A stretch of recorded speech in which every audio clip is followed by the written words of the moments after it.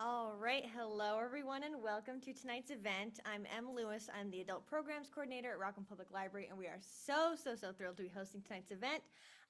First off, a quick bit of housekeeping for those of us joining on Zoom. I think you're that camera right now, but you might be that one. Please keep your camera and microphone off for the duration of the event. If you have any questions or comments, you're welcome to type them into the chat as you think of them, and then I will convey them to Dee at the end during the Q&A period. And then for those of us joining in person, also welcome. And for you, I have this handheld microphone so that people on Zoom can hear your question as well. So just raise your hand during the Q&A portion and I'll run this over to you and we can get started from there. And I think that that's actually all from me in terms of housekeeping. So I'm going to turn it over to Bill to introduce tonight's speaker. Many thanks to the Camden Conference, to Bill, and to Dee for joining us tonight. We are so excited to be joining. Excellent. Thank you.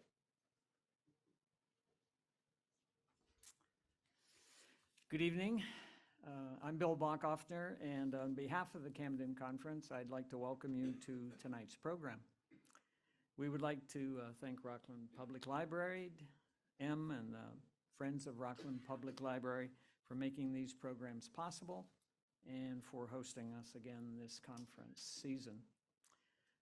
The Camden Conference is a nonprofit, nonpartisan citizens forum driven almost exclusively by volunteers from our community.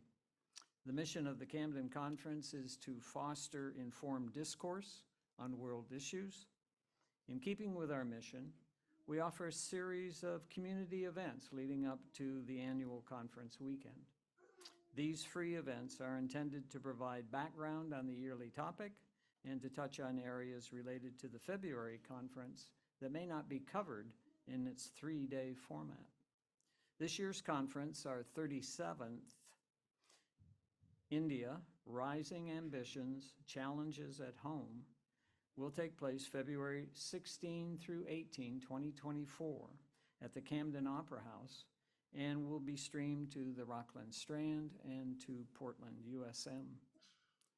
Tonight, as part of our community events series, it is my pleasure to introduce Dee Patel, who will share her insights regarding a fundamental aspect of India's cultural fabric, the concept of unity in diversity.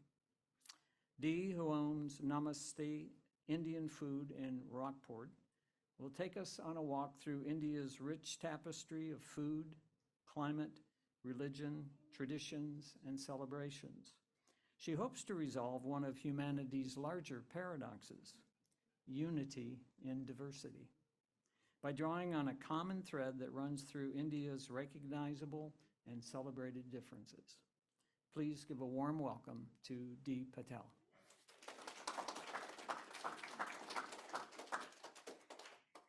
Good evening, everyone. Thank you, Namaste. Thank you for joining today. And thank you for Camden community for giving us a chance to speak about India.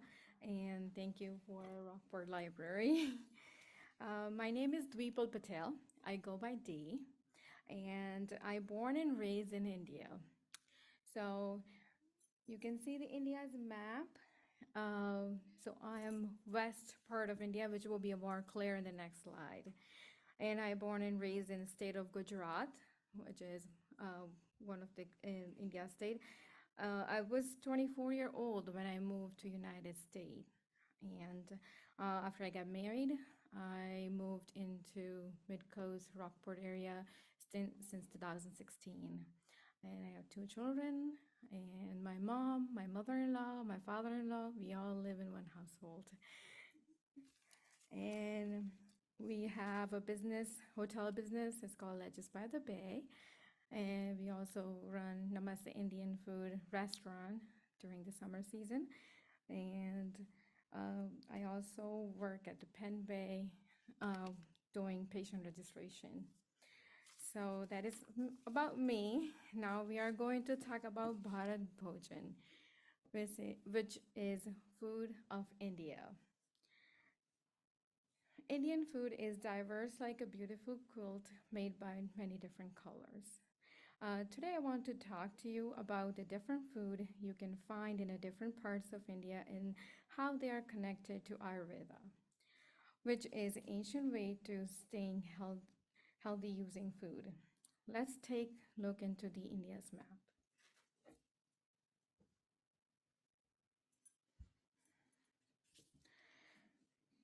If we divide this map into the 5 major parts, like north, south, west, and east, and middle, uh, also the individual state are in also the individual states, like there's 28 states in India, and they speak all different language, different style of wearing clothes, and different food. And some are similar, but some are totally different. Let's take a first look of North Indian food. So North Indian food is use of a lot of dairy, like a ghee, yogurt, and milk, cheese, like a paneer, and they have a chicken and goat into the cuisine. And if we go to the south, it's more like coconut, lentil, rice, and they make different dish out of that. And why they're like those are the two major, a huge vast part between, like if we divide this map in half, the North Indian food and South Indian food are very different. But then West and East are a little similar, uh, different, but still united with all the spices we use. So North Indian food like naan, rice, biryani, and the curries, example like malai kofta, chana masala, chicken tikka masala, lamb curry, and those are the curry, and samosa, also gulab jamun. Those are the measured in many more you can name, and those are more popular worldwide. But when we go to the south, you will see more dishes made with the coconut, mustard seeds, curry leaves, and milk, coconut milk, which is more like a dosa, idli, vada, sambar, uttapa, and pongal. Those are the dishes, are South Indian dishes. When we go to west part of India, the food like a Gujarat, Rajasthan, and Mumbai, which I'm just gonna go over there and point which one. So this is a more like a Gujarat. This is the west part I'm talking about. And with lots of west part is based on more vegetarian dishes, and um, because of the dry, and they're cooked in a lot of lentil, bean, grain, which are full of protein. Spices are like fenugreek and turmeric are used because of their good for your health, according to Ayurveda. Uh, East, West Bengal, Orissa, Bihar, which would be number 3, and that is more known for seafood. Bengal means they eat a lot of fish. They use mustard oil. Spices are like panchphoron. Panchphoron is a mixture of 5 spices: mustard, fenugreek, fennel, cumin, and black sesame seeds. Food is also a huge part of Indian celebration too. So we see in the center part of India, they have a little bit of everything from each part, but dal, khichdi, some are the universal dishes that you can find all over the India. They do have in different dishes and different food, variety of food in each state, but they are not limited to that state. But it's also have speciality from that state. I do remember when I used to go to different places with my parents or friends. We used to bring their state special. Like we go to Kolkata, make sure we bring in rasgulla with us. When we go to Bengal, side of Bengal, we make sure we bring sandesh or their sweets with us. When we travel to Mumbai, make sure we have a Mumbai halwa with us. So there's a lot of state known for their dishes and the special, unique, and it's you can only find it there, very best ones. um, and talk about celebration. So India has a lot of celebration and with a different culture. I grew up in a culture where we do celebrate Diwali, Holi, Uttarayan, Navratri, and like we celebrate with food, especially in Diwali. I remember that we make a lot of different dishes, spicy, sweet, snack, and we do go to like a neighborhood. We go to each other's house and help them making, or they come our house. So we all have a turn to go to like help each other to make those dishes and make memories with the celebration. Also, the next day after Diwali, west part of India usually celebrate their New Year, and then this worship New Year with making so many tons of like Indian food dishes. Majority of them are or mostly vegetarian dishes we offer to the god and we do worship. Um, Also, in like Mumbai, they do Ganesh Utsav and they um, modak and laddu offer to the god. And after they offer food to the god, they no longer food. It turns into prasad, which is means it's sacred. It's more clean and it's more pure with the energy because we do get the energy from the food. And occasion like a wedding. So the food is also part of wedding. Obviously, we think for celebration, and why not food? Food is the first place, but it's in the ceremony. Groom and bride, they also feed each other. So that is also part of that ceremony where they feed each other. So food is part of a majority of celebration with or other religious or celebration. I remember I used to go to my friends, and we celebrated Eid with them. We celebrated Christmas with them. Eid, we used to have sevaya, and with the Christmas, we had a lot of baked goods with them. We are also amazed how the spices magically work for our health.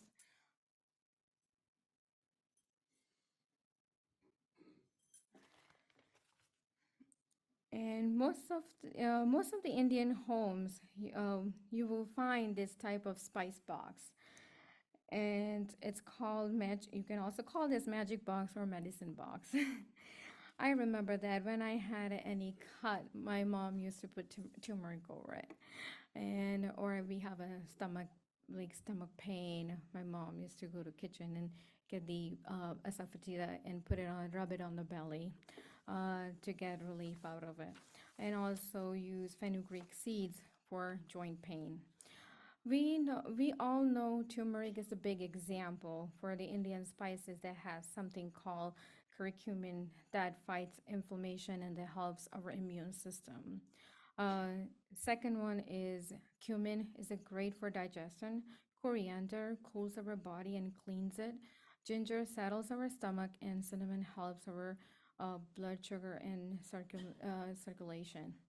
Star anise and Indian spices is known for the potential antibacterial and the antifungal properties, supporting overall the health and aiding in digestion. So spices are also help in the digestions, also help like in a beauty products. I have put turmeric on my face to get fair skin. Or like turmeric is also used for a lot of other purposes, like turmeric and a salt paste.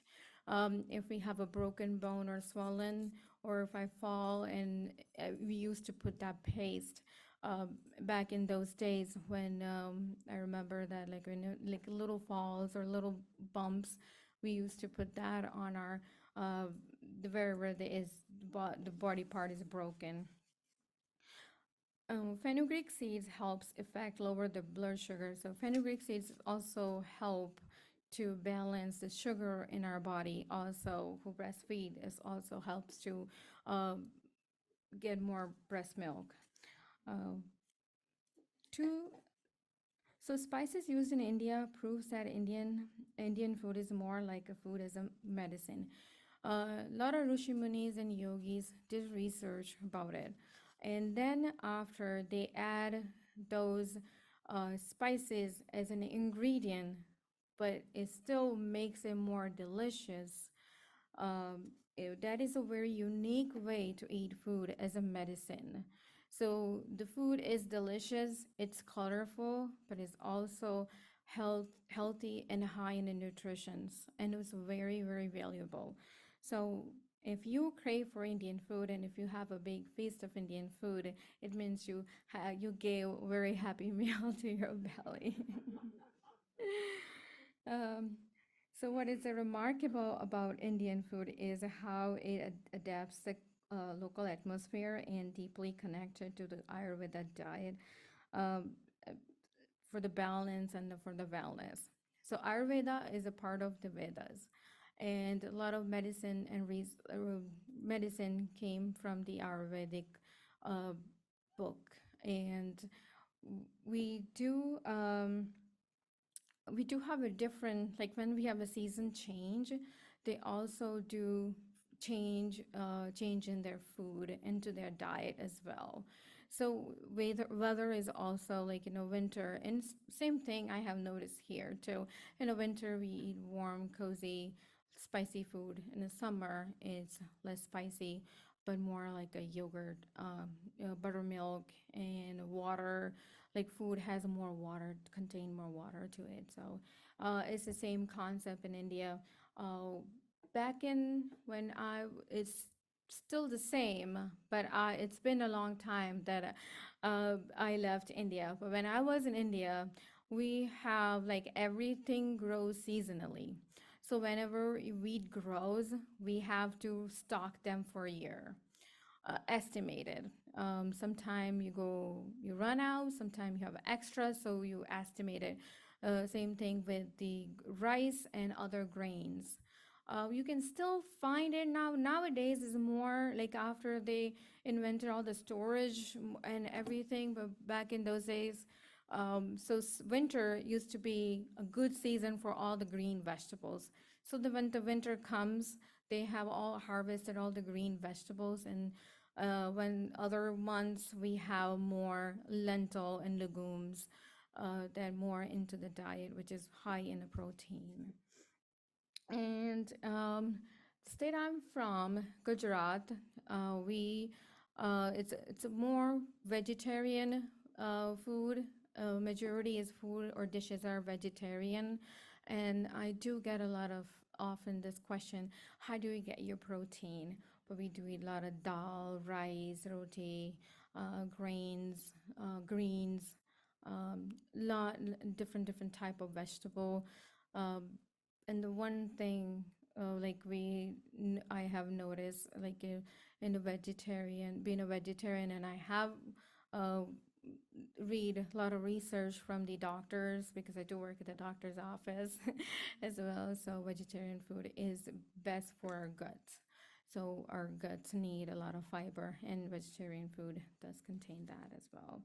And I also bring gulab jamun, and I also have a spice box, which and I mentioned that you will find that a majority of the Indian home, and it looks like this. I have not seen any Indian household without the spice box. I do cook Indian cooking at the Camden Five Town Camden School High School. So if anybody interested into the learning Indian cooking, the Five Town Camden School, they do offer Indian cooking class as well. And I am running this restaurant and learning more and more about Indian food, even though I grew up in this culture, but I learn more when I come here.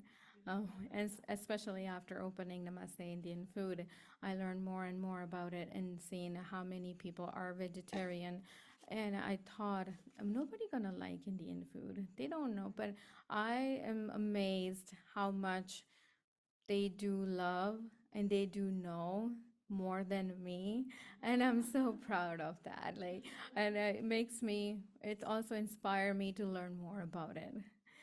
So, anyone have any question for me? Yes. Could I ask you to think of your favorite celebration, be it a holy day or a special day, and tell us what dishes might be on the table and some of the ingredients in them? One holiday. My favorite holiday is a Holi because it's a festival of color.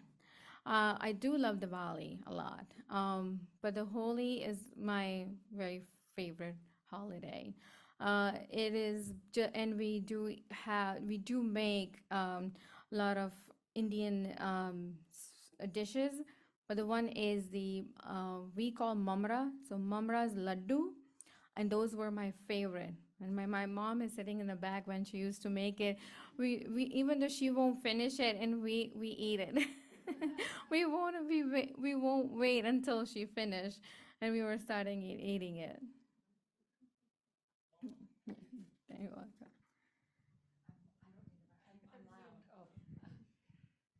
How difficult is it for you to find the spices you need to fill your spice box and to cook with living here in Maine? Yes. So there is, well, I moved, if I compare the time frame, I moved into the Maine in 2012. So 2012, there was only one place was in Portland, and it was an Asian store where used to find some spices. But I stayed at 5 years in New Jersey, and New Jersey has a lot of Indian store. And my sister-in-law, she still lives in New Jersey, so whenever I need, I have her on speed dial. And my brother still lives in India, so if I have a huge need, I have his number on a speed dial. But in the Maine, um, my coworker, which is sitting in the back, her name is Eve. She works at a good co-op, and she told me there's so many Indian spices there, and I have visited them. Fresh Up the Farm has some Indian spices, but I use a lot. Like I use 5 pound, 10 pounds turmeric, and I'm not lying.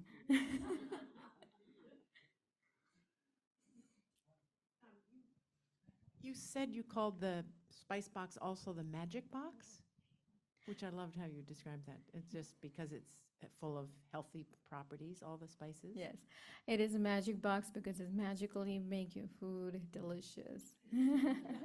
So where could someone buy a box like that? Not anywhere in Maine, do you think? Everything is available online. But especially I have not seen any store make it. But I can, when I do my cooking class, I tell my students if they want this box, I can order, I can bring it, I can ask my brother and get it from the India. So if anybody wants one, yeah. Thank you very much. You're welcome. Uh, I see that the magic boxes come in different sizes. Yes. Yes. Is there one size that it captures the most essential number in there? Because that one's a beautiful, colorful Yes, collection. you can get a bigger or smaller depending which Yeah. spices you use more often. Yeah. So, excuse me. So my spice box I have a 9 compartment, but you right. can also get a 12, 18. It depends which spice you use more. And what would your 9 be? So my 9 is the first turmeric is Yes. the first one, cumin powder and cumin seed. So Yeah. cumin powder, it has a cumin and coriander mix in it. Okay. So we do half and half. And that's what we call dana jiru. but this is like a cumin and coriander together. Okay. Then we have red chili powder, Right. spicy and not spicy. We call Kashmiri chili, which is not spicy, is more for color. And because I have small kids at home, I use Kashmiri chili a lot compared to the hot spicy. So on I have a Kashmiri chili. Then I have ajwain. I also keep whole chili, star anise, and oh my God, It was not a test. lychee. I can say it in my language. There you go. Well, is there one particular one that is harder for you to find in general, or all of them? Not nowadays. Okay, Things not are different nowadays. It's easy to parcel, like, easy to get parcel. When I remember, like, 15 years ago, when I do order a parcel, it used to take 15 to 20 days. Oh, wow. Nowadays, it comes in 3 or 4 Oh, business that's days. easy. So it's things are super easy and easy available online. Before, online was not such a thing, but now is super easy. You can one click and maybe Amazon can deliver into the 2 or 3 business days. Super easy nowadays. But yes, when we think for back in like 15 years ago, I have to calculate like how much cumin or coriander or mustard seed I will be using for a year, or whoever going, like for example, like my mother-in-law going to India, and if when is her next trip, we have a list of ingredients, spices needs to bring, what she can bring in. Yeah. And another question, what do you find is the hardest thing to make, that you make for Namaste? Or, what dish is it that you find the most? Nothing is harder. Okay. I've been cooking since my my teenager age. Nothing is hard, but it does take time. So we need to be patient. Yeah. Indian food is not like we put 2 things together and make it. Some dishes are super quicker than the other.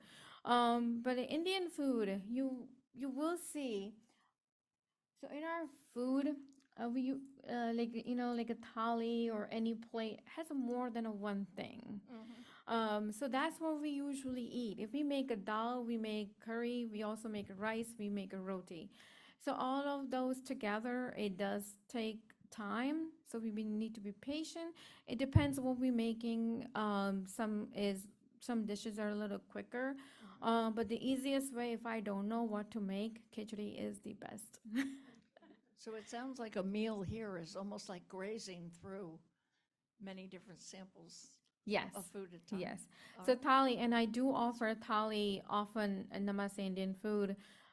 Several times, so many times I have offer, and people do enjoy that different variety of Indian food, and they can enjoy the cuisine when they're really not sure what to try, because it's very hard to make all this choice when we have a list of menu and what to try. So I think the thali is the best way to introduce ourselves to the Indian food. Yes.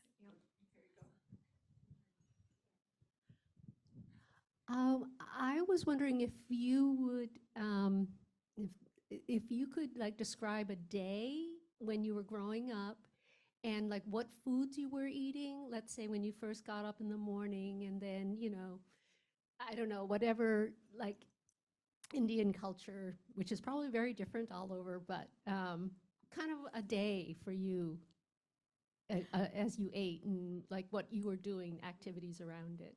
Yes. So when I was a child, when I was teenager.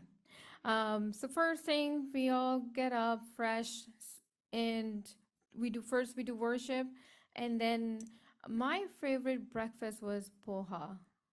Poha is made, it's like a rice flakes with mustard, cumin, and curry leaves.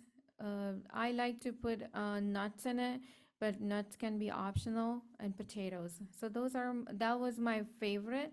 But paratha, tepala is the famous from the Gujarat. We do eat, like in the morning, I do also like some dipping sauce, and the tea is the go. Like I love tea. So my mornings start with the tea and the breakfast. Then I used to go to college and come back from the college, make sure we finish our household chores, otherwise we don't get food. So back in those days, we do, and then we make a huge meal, and like our lunch is bigger. So that time we make like a dal, rice, roti, paratha, or puri. If we have like an occasion, we make puri bread. We also make a puran puri, like a stuffed paratha, and the roti we stuff with, example like potatoes or mixed vegetables, cheese, anything, and then other dishes to go with that. Our evening are more like a light snack. We make a handwa, recipe of handwa, which is a rice and lentil bread, uh, with sautéed with spices. So that was our evening meal. Used to be very light, or just a tepla, or just a roti, and little curry to go with that. But our major, according to the Ayurveda, our digestion system goes with the sunrise and sunset. So when the sun is rising, our digestive system is super high, and when it goes in the middle, it's ready to digest anything.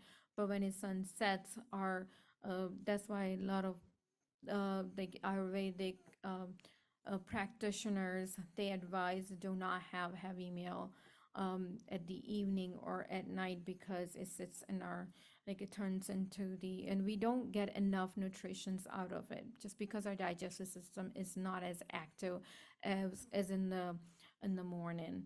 So that is another, like, like in the winter, we have little lighter snow, and a little lighter sun. So that like in the winter, we do eat different meals, and the summer, our system is like, sometimes we don't get hungry, but we still consume whatever we consume. We don't gain so much. So it does affect the sun, affecting our immune system and our digesting system. Yeah.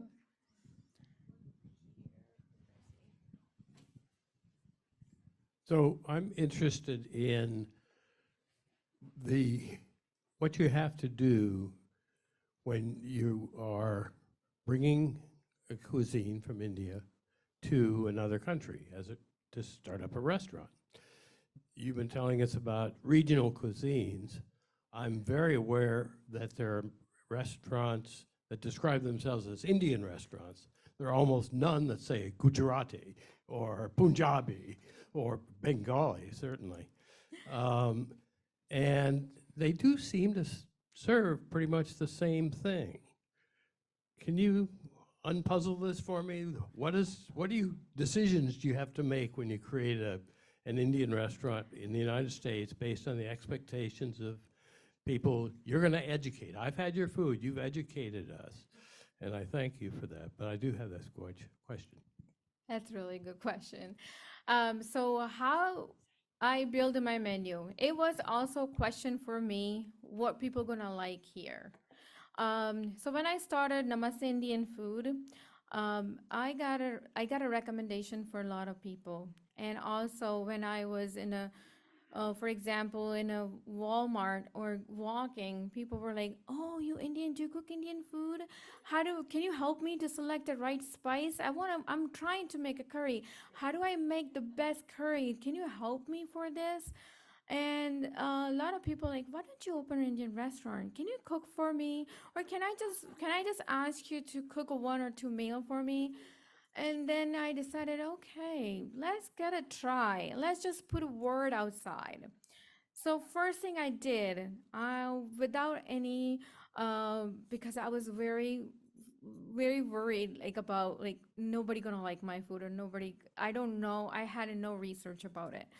So I put just word on a Facebook that this is I'm interested in to opening Indian restaurant, and within 2 days I got more than 500 likes and followers. I was like, okay, this is telling me something. Then what I did in the beginning, majority of 6 months, which was right before the COVID time, my menu was surprise menu every day, like all 3 days, the Friday, Saturday, Sunday. I had a 3 different menu and surprise menu what I'm gonna make. And then I wait for all the responses like, this is really good. I like this one. You should keep this in your menu.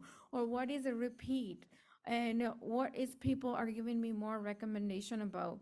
And a lot of people they came, why don't you make this dish? Aloo gobi. Somebody recommended, why don't you make aloo gobi? And I was like, who gonna like aloo gobi? But I made it, and it's a second favorite curry for everyone. I know a lot of people like the paneer tikka is everybody's favorite because it's kind of like it's a vegetarian restaurant and it's a more feeling as a not like a vegetarian dish. It's more feel like it's very close to the meat, so it kind of gives them lots of flavor, so also texture of that. But aloo gobi, I was thinking, oh, maybe yes, no. Second thing, banana curry. People were like, okay, my banana curry is my something my grandma used to make, and I love that. And when I married to my husband, my mother-in-law was throwing her banana because it were overripe. And I was like, why are you throwing? Let me just make a curry. And she was like, are you gonna make curry out of this? I was like, sure, yeah, I can. And I made it, and she loved it.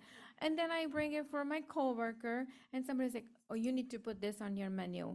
So I was like, okay, let's try as a special. So I have so many specials, and out of that special, what are the repeat? Then I made my solid menu after a year and a half. So I did a lot of research. What people likes it. Second thing, I have tried different cuisine, and with the experience when I did a dosa night, South Indian night, I had a lot of question. What is dosa?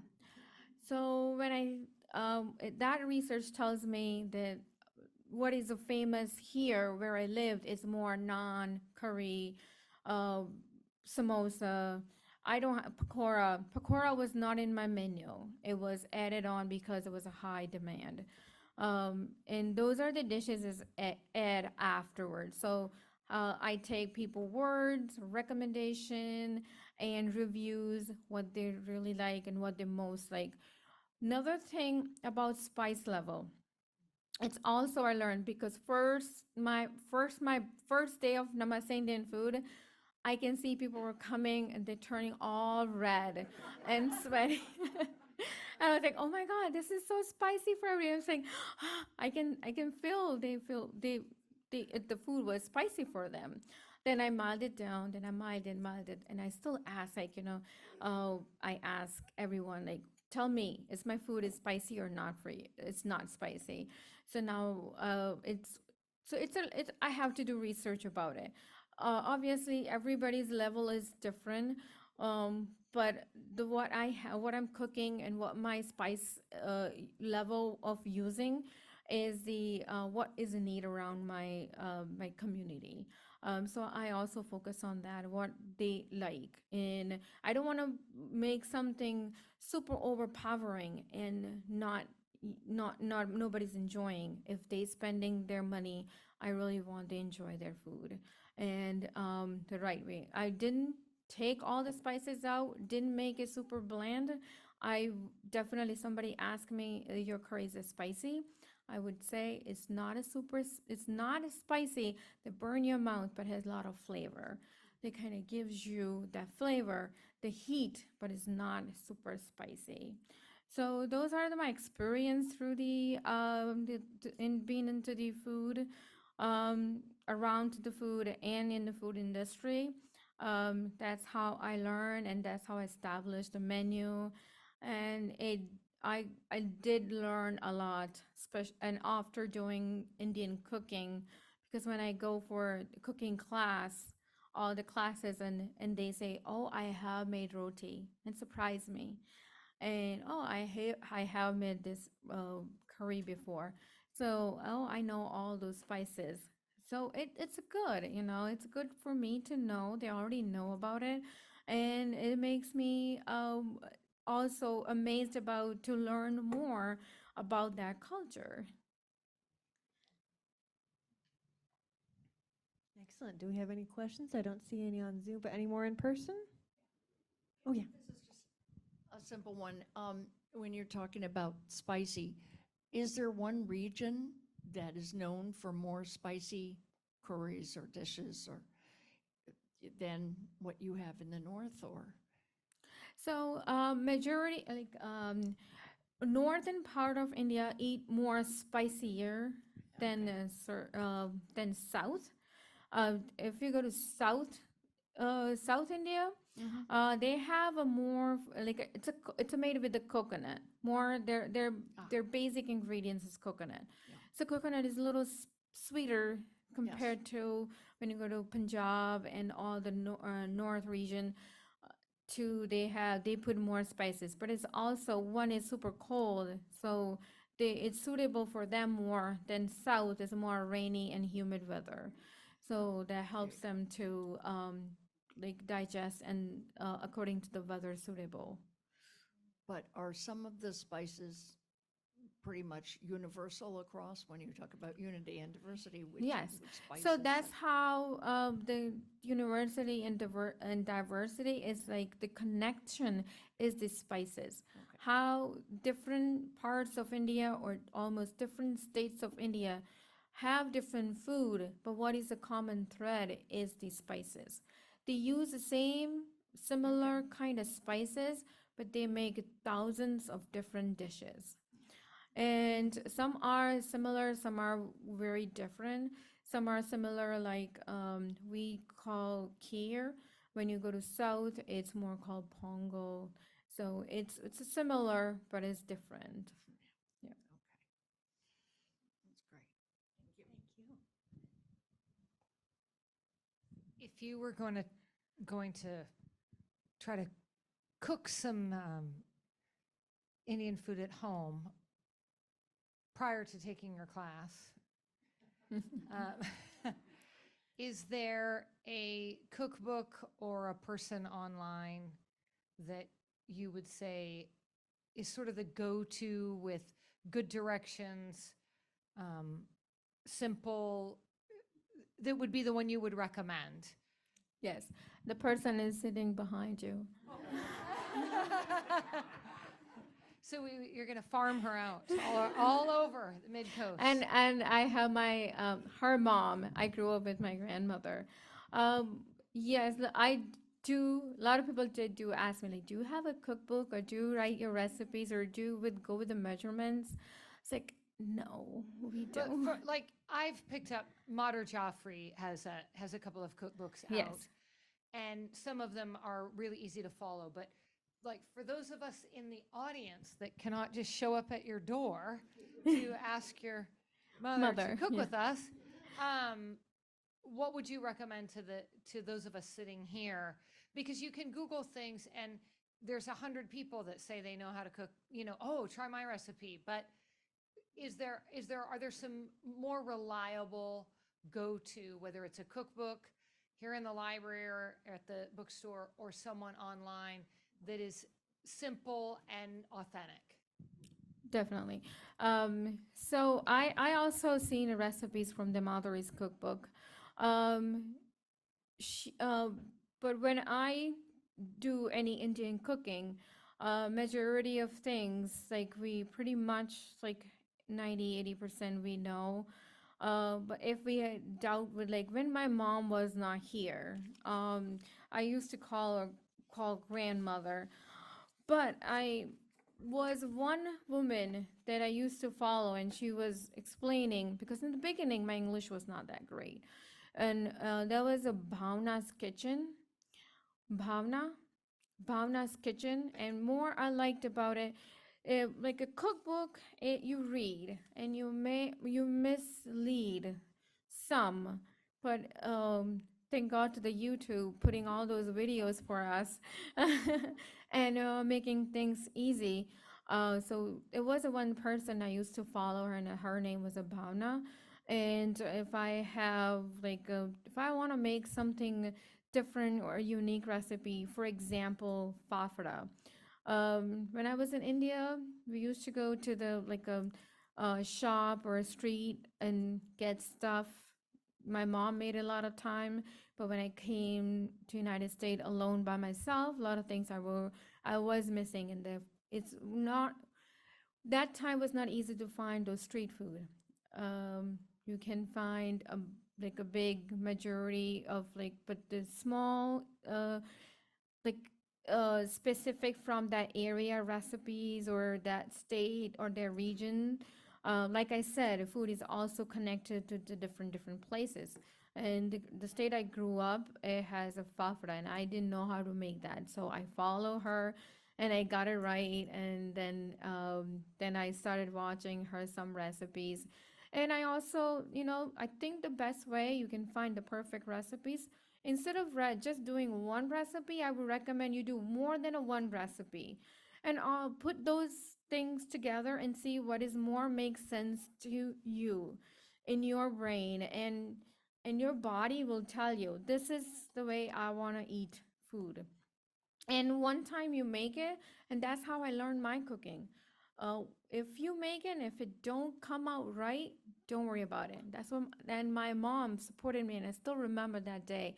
I didn't make the thing right, and she was like, don't worry about it. We'll put it in a trash can. Let's learn how to make it right.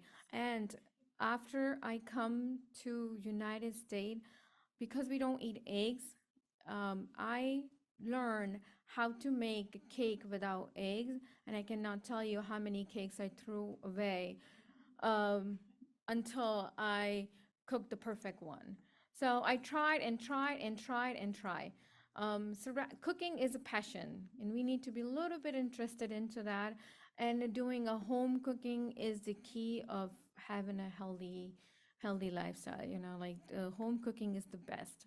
And whenever I do my cooking class, and that's what I suggest everybody,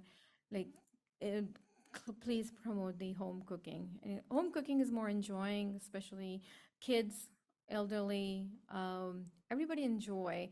Let's take them apart. Let's all take apart. Like my mother-in-law, she said she cuts the vegetable, I clean them, and then we all together. She makes dough, I do make roti. So it's like a together task, and we are together and enjoy making the meal and making memories. And these are the way we're gonna stay connected. And when I miss my my grandmother being with her, she's in India, and I can't wait to see her here.